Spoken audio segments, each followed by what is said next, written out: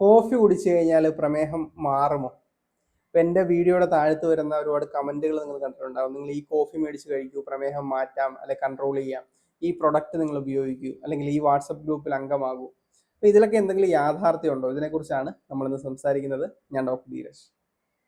ഈ പ്രമേഹമുള്ള ഈ ഷുഗർ രോഗമുള്ള ആളുകളുടെ പൊതുവേ ഉള്ളൊരു ആവശ്യം, പലപ്പോഴും എനിക്ക് മനസ്സിലായിട്ടുള്ളത്, ഡോക്ടർമാരെ നമ്മളോട് അവർ ആവശ്യപ്പെടുന്നത് ഒരു സിംഗിൾ സൊല്യൂഷനാണ്. അതായത് ഡോക്ടർ ഒരു മരുന്ന് തരും, ഒരു ഗുളിക അല്ലെങ്കിൽ ഒരു പൊടി അല്ലെങ്കിൽ ഒരു കഷായം, ഞങ്ങളിത് വാങ്ങിക്കഴിക്കാം, എന്നിട്ട് ഷുഗർ മാറിയാൽ സന്തോഷം, അല്ലെങ്കിൽ ഷുഗർ കൺട്രോൾ ചെയ്യാൻ സാധിച്ചാൽ ഓക്കെ ഫൈൻ, കുഴപ്പമില്ല.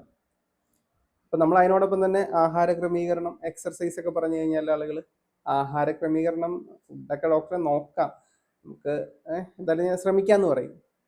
എക്സർസൈസിൻ്റെ കാര്യം പറഞ്ഞ ഡോക്ടറെ നമുക്ക് അതിനൊന്നും സമയമില്ല, ജോലി തിരക്കാണ്.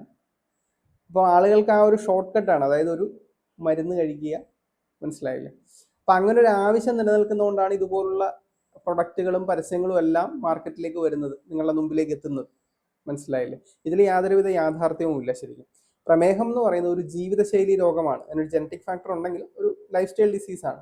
അപ്പം നിങ്ങളുടെ ലൈഫ് സ്റ്റൈൽ കറക്റ്റ് ചെയ്താൽ മാത്രമേ ഇതിനെ നമുക്ക് കൃത്യമായി മാനേജ് ചെയ്യാൻ സാധിക്കും.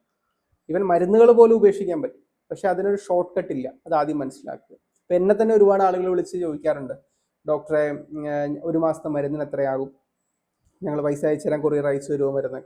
ഇതൊരു അൺഎത്തിക്കൽ പ്രാക്ടീസാണ്, ഒരു നൈതികത ഇല്ലാത്ത ചികിത്സാ രീതി എന്ന് പറയാം. അങ്ങനെ ചെയ്യാൻ പാടില്ല. പ്രമേഹത്തിന് നമ്മൾ മരുന്ന് കൊടുക്കുകയാണെങ്കിൽ പ്രോപ്പറായിട്ട് അത് മോണിറ്റർ ചെയ്യണം. അതിൻ്റെ ലൈഫ് സ്റ്റൈൽ കറക്ഷൻ, ഇപ്പം ഡയറ്റ് ഉണ്ടാകും പ്രോപ്പറായിട്ട്. ഡയറ്റ് എന്ന് പറയുന്നത് തന്നെ ഒരുപാട് തെറ്റിദ്ധരിക്കപ്പെടുന്ന ഒരു കാര്യമാണ്. ഡയറ്റ് എന്ന് പറഞ്ഞാൽ ആഹാരം ഒഴിവാക്കുക എന്നുള്ളതല്ല.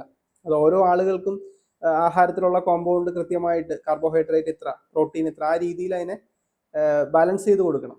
എക്സർസൈസ് എന്ന് പറയുമ്പോഴും അതെ, നിരവധി ടൈപ്പ് എക്സർസൈസുകളുണ്ട്. അതിൽ ഓരോരുത്തർക്കും ഓരോ എക്സർസൈസുകളായിരിക്കും ആവശ്യമായി വരുന്നത്.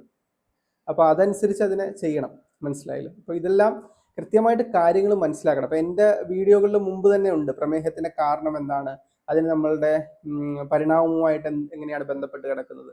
ഇതൊക്കെ കണ്ടു കഴിഞ്ഞാൽ നിങ്ങൾക്ക് കൃത്യമായിട്ട് കാര്യം മനസ്സിലാവും, മനസ്സിലായില്ലേ? അപ്പോൾ തെറ്റിദ്ധരിക്കപ്പെടാതിരിക്കുക എന്നുള്ളതാണ് എനിക്കിതിലൂടെ പറയാനുള്ളത്. അപ്പോൾ ഈ വീഡിയോ നിങ്ങൾക്ക് പ്രയോജനപ്പെട്ടു തോന്നിയാൽ മറ്റുള്ളവർക്ക് ഷെയർ ചെയ്ത് കൊടുക്കുക. ഈ ചാനൽ സബ്സ്ക്രൈബ് ചെയ്യുന്നതും പരിഗണിക്കാവുന്നതാണ്.